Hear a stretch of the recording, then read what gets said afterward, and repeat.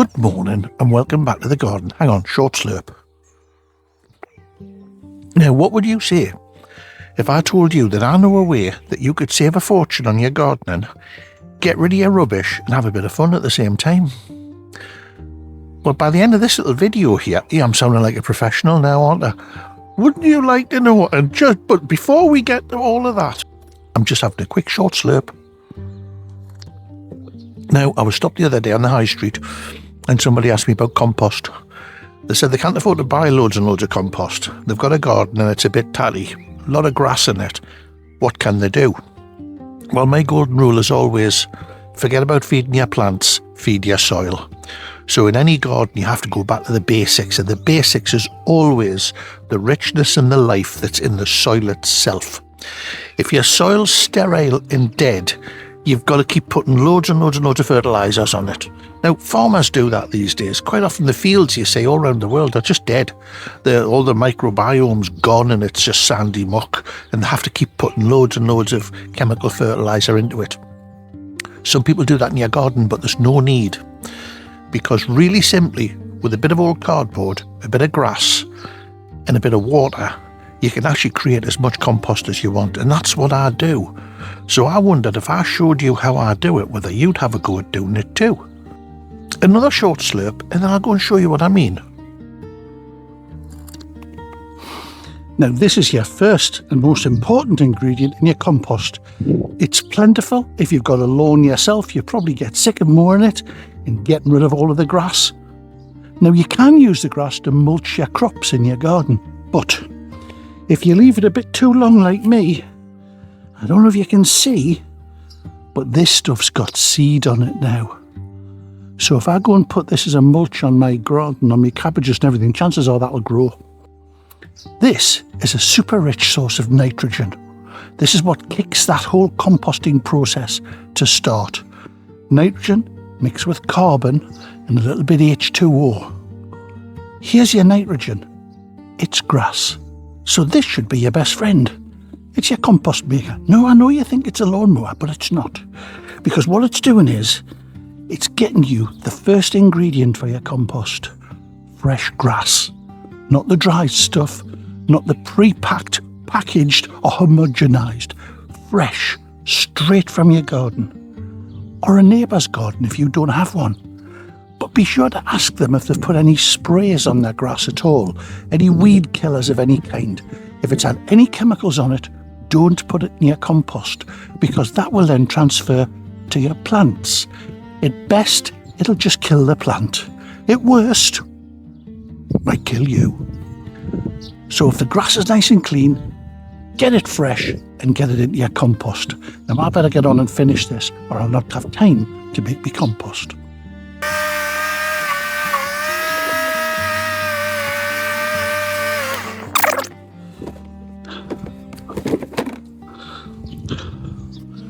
This is what the mower does.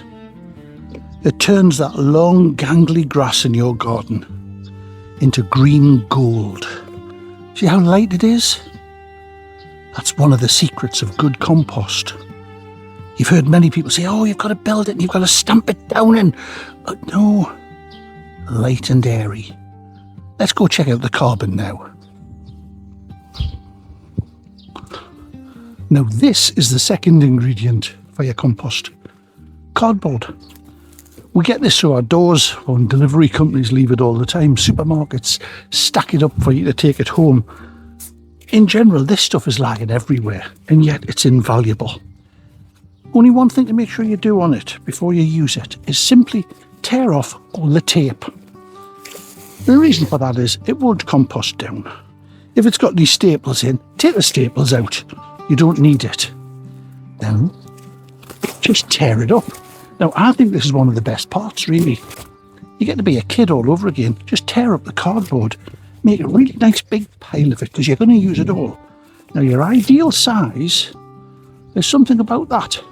No bigger than that. So let's say small, about the palm of your hand is the perfect size. Now, if you find this stuff hard to tear, your hands are maybe a bit like mine, and sometimes they're not as strong as they used to be. water it the day before. Get the hose pipe on it or a couple of buckets of water, and it'll soften all the cardboard up. Like this here, look, it just tears so easily where it's wet. Now, I want you to have a look at this. You see these ridges here? What cardboard is 2 layers of plain paper sandwiched on either side of some corrugated paper. That's basically what it is. And quite often have like a cellulose glue to hold it all together. They use cellulose because it's cheap and plentiful. They get it from wood pulp. So it's organic. Well, it's not organic. Let's say it's natural. But this air in here allows air to be inside your compost heap. Now, I know that helps generate the heat inside, keep the air going. But most of all, I know that the worms love to get in there. I've seen them. So just tear it up, shred it into a nice pile, and once you've got that, we'll get going with it. The thing about cardboard is, because it's came from paper, which has come from trees, this is your carbon. Now, this carbon is the second key ingredient in your compost. You'll hear people saying, oh, you need to put organic tea in, and you mustn't use this, and you have to use that, and only make your compost on a Thursday at the full moon. No. Forests don't wait to make compost till the full moon comes. Daily, the leaves are falling down, the twigs are falling down, and as it lands on the bottom, it simply layers itself together like a good organic lasagna, and that turns it itself into the compost. You walk through any forest and scrape your feet along, all that forest green that you walked on, it's compost. So I'm going to get on with this and make a nice pile of cardboard. So as you can see, we've got all of our lovely fresh grass here, and we're just lightly putting some of that on the bottom. And I do say lightly. We're wanting to sprinkle it so the air gets inside it. We don't want it compacted down. Now, this isn't one of those composts where every week or every month you've got to turn it over and put all that energy and effort in. This one, you build it, then you forget about it. You might go back after a little while and top it up. But anyway, in the bottom here now, we've got some nice green grass, and I'm going to layer on top of it about twice as much cardboard.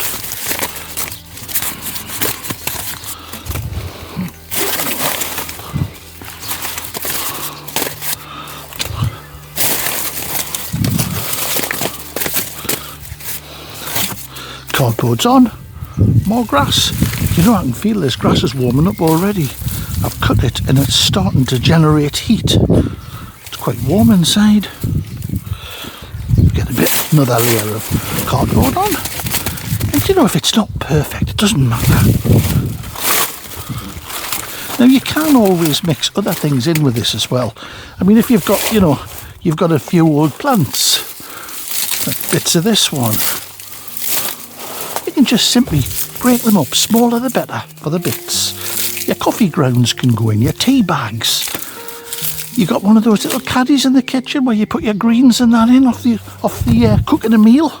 Well, that can all go in there as well. All of that simply goes in. You're layering it like a lasagna. Now, I'm going to bring the camera over because I want you to be able to see what we're actually doing. It's simply the layers of cardboard. Now, you've seen me making it, and you've seen how easy it is. This is the end result. Look at this. It's got bits of everything in it, really. Still eggshell breaking down here. That's okay, that can go in your plant pots, not a problem. But what you have got here is something that's probably twice as good as anything you can buy in a garden centre.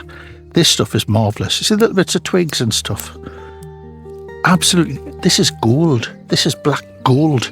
This will make anything grow. Now, don't go planting straight into it. Otherwise, all your good work will only bring you on a couple of cabbages. Mine, they'll be like 50 pounders, but they'll only bring on a couple of cabbages. Your best bet is to go around your plant pots or your plants and put a handful around each one of them. This is not one of these, 6 days and we've made compost lark, or one of these other ones where you've got to you have to turn it every week or every 2 weeks, otherwise it'll turn to this fetid smell. This stuff is natural. This is working the same way that a forest does. In a forest, you've got the ground. We've got the ground. You've got the green leaves, or the leaves falling down. We've got the grass. And then the twigs fall down and the bits of brown matter fall down. Well, we've got cardboard for that. So you've actually replicated a forest. Any forest you walk through, you'll find the most beautiful, loamy soil under your trees. This is what you've created here. You've created an amazing food for the soil. It's already rich in microbial life because that's what's happened in the processing. The worms have come in, the bacteria has come in, and everything's started to feed. Sometimes to feed this, I'll put some of my liquid feed. Instead of just putting water on the cardboard, I'll put the liquid feed on it and just give it a good soaking, you know.